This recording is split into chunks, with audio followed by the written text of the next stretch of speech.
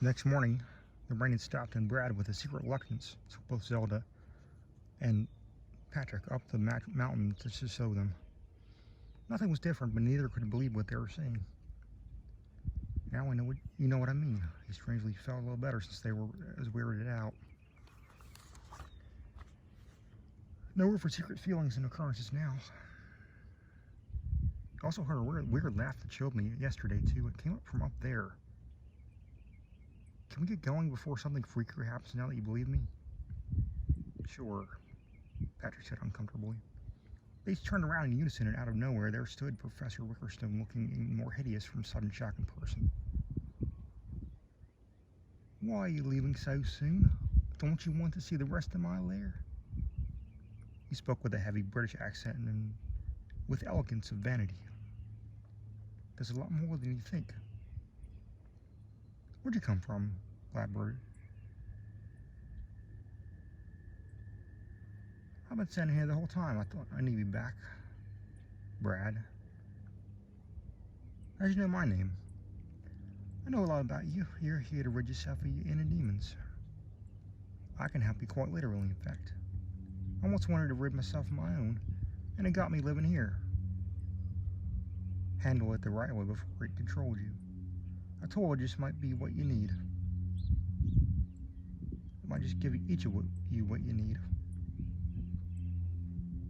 But you said only Brad has that need, Patrick pointed out. Not necessarily. Take a look around this place to see what I mean. It's quite nice. If you say so. Believe me, the wonders of my mountain shall help you all.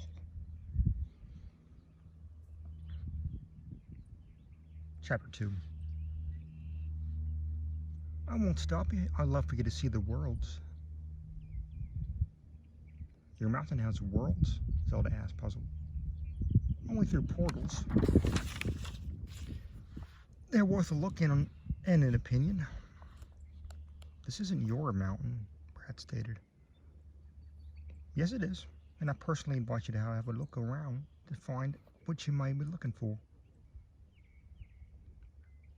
It was their choice. Either go home now and not have to figure anything out, or possibly risk their lives exploring Professor Wickerstone's deceptive lair to face their fears. Into a trap, probably.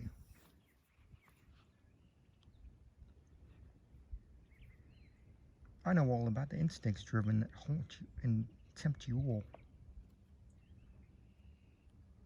What are you talking about? Patrick pretended not to notice. Brad knows exactly what I'm talking about. He's right. They affect my emotions. Ours. Brad did not deny. What do you mean? Zelda was genuinely confused about why they went to explore such a mysterious place and find whatever they meant even here. He can't really describe it other than finding something worthy of discovery in my mountain. Like I said, my demons got so powerful that, like myths with instincts, brought me here to do so scientific experience. At the very top of the mountain with my faithful assistant. You see, magic is my science. I'm a warlock. My peaceful world scattered throughout here will help you rid yourself of any demons, hopefully. Brad talked it over with Zelda and Patrick for a moment as they thought to make a deal, and they agreed to explore this odd fellow's lucrative offer at any catch. Excellent. Tell me your thoughts later, and maybe you can also sample the magic I can do.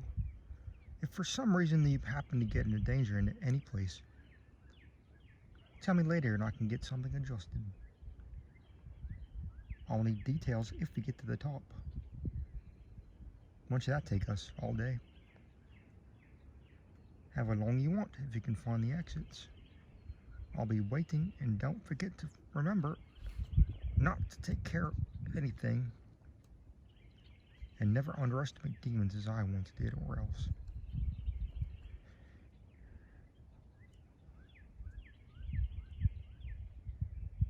They come in many shapes and forms, before and after others. Sometimes look familiar. You should find the world's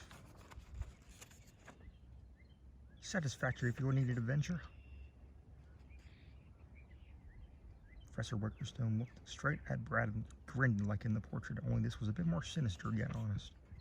With a quick finger snap, he vanished as fast as he appeared. Now that the decision had been made, unlike before, Brad felt at least daring to check things out because of that distrustful grin of deceit bestowed upon him. Whatever that guy meant sure sounded convincing, Patrick admitted. He knows that I know what he meant. What did he mean? Asked Zelda. That we have no choice, that he might trap us if we try to leave. Or worse.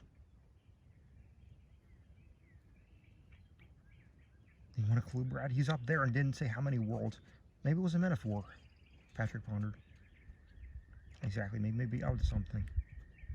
Something personal. Come on. They followed Brad through the first silent section of this place filled with mysteries. Beyond their wildest dreams. Probably.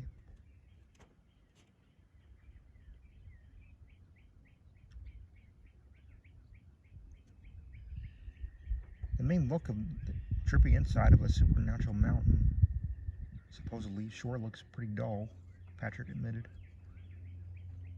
Maybe that's the point. If there aren't many visitors, also be hard to tell when it may end. What if there are dead ends? How will we know to get farther up? There's one way to find out, said Brad, putting his hand on the side of what looked like a door or a portal. These worlds have names too. Of course they must. We're an organization, Zelda agreed. From then on, saying the name of whoever they belonged to became the two most evil-sounding words that could pass their lips. Hitherto, they did not trust him. But there wasn't a choice to turn back. To Brad, it was very evil, spirited sounding, so that he could held his tongue since his buddies had the same opinion. The words might seem innocent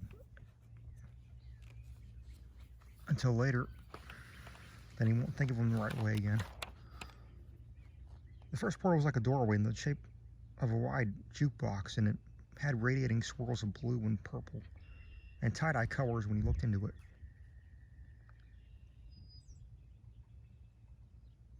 And only Professor Wickerstone knew what lay behind it. There was a dead end beside it. Already part of every lair, they could tell it had a fable-like quality.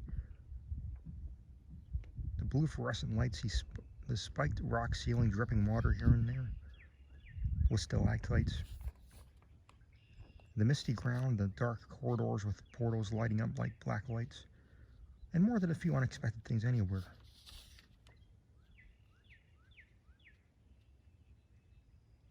Maybe they're only safe here.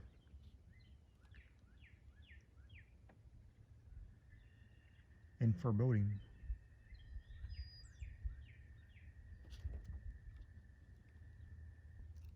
I'll check it out first, since this was all my idea.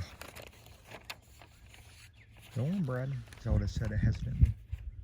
Brad waited till walked to the portal and disappeared from sight, then Zelda, then Patrick, looking at its neon name.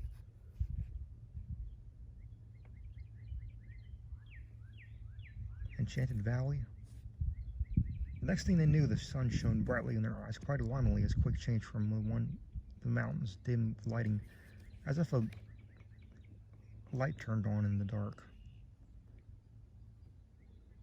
It could be felt cool, spring-like breezes in one single world that looked similarly based on the valley near Brad's home.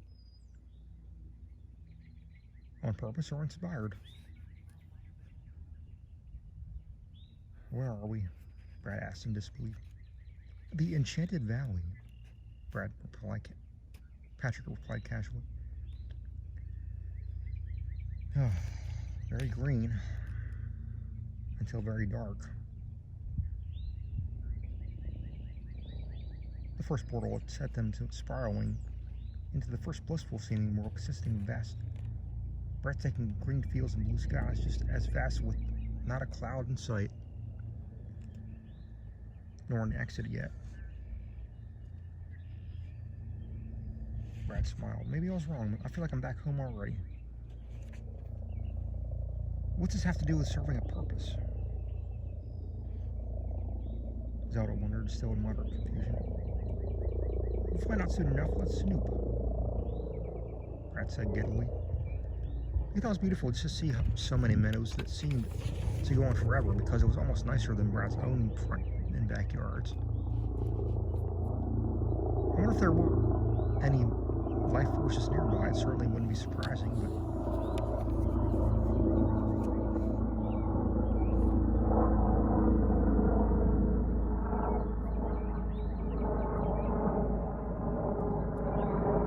that depends on which life forces you mean, but to see, Brad pointed out.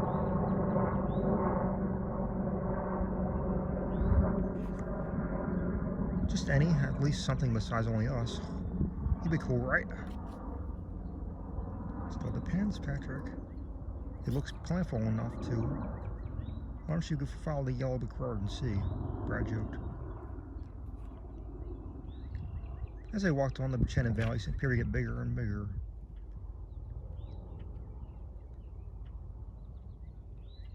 There had to be an exit hidden somewhere. Then he asked seriously, how far does this enchantment go on for? A long way. Are you ready to leave already? No, even if I am. How do we leave? We could starve here. We don't know either. I'm going everywhere and nowhere you do, Brad, Zelda confessed. I'm going forward. Forward? Look around, Brad. This whole world, the entire world is forward. It's very likely there's no exit nearby. Where do you propose to find one? Zelda pleaded. Brad shrugged. Just follow me. I'll find some way out of here, despite how nice it is. What if it isn't when we turn back?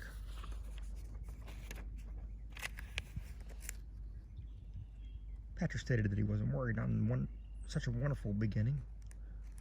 I'm sure I'll enjoy every minute of the journey. There's practically nothing to complain about if you ask me. I like it so far, exit or no exit. It's good to know since you're already embarked. Don't worry about anything. Zelda's the one who worried about nothing in a world that has absolutely no danger. Not in this one. I hope they're all nice. Patrick told him under his breath. We have no weapons if there's a catch. Doesn't that make us worse? What if we think something does? Otherwise, I'm cool for now. If in fact we're tested, we would need weapons. They may be easy to find. Like a game or something. Yes, but what if we never desperately need them when least expected? Like an ambush? Is that a question? Then freaking out and running away won't help either. Keep your minds open. Even more open than this. Brad advised. They explored the Buchanan Valley for some time until they pretty much found no civilization until they reached the exit, which seemed to appear out of nowhere. If it weren't a fake one. And Brad wondered if they only appeared when they got out far enough or when Wickerstone made them appear and got tired of them wandering around. Unlikely. Likely the farmer, he thought to himself. Instantly, they were back in the mountain, only to find Wickerstone standing there awaiting their return. Incredible, isn't it?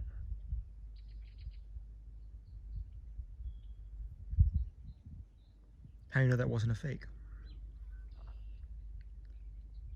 Entirely, but there wasn't much inhabitants.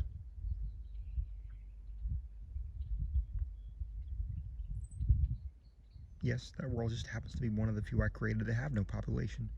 Not all of them are quite like that in prosperity. Some you return to get away from others. You'll see what I mean later on. Brad asked us how they each could defend themselves.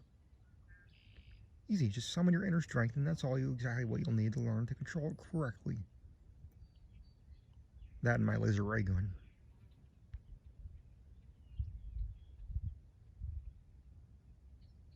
The fun has begun. Behold the magic that is my science. He delved back into a British accent. Once again, his voice was a foreshadow of explaining and warning.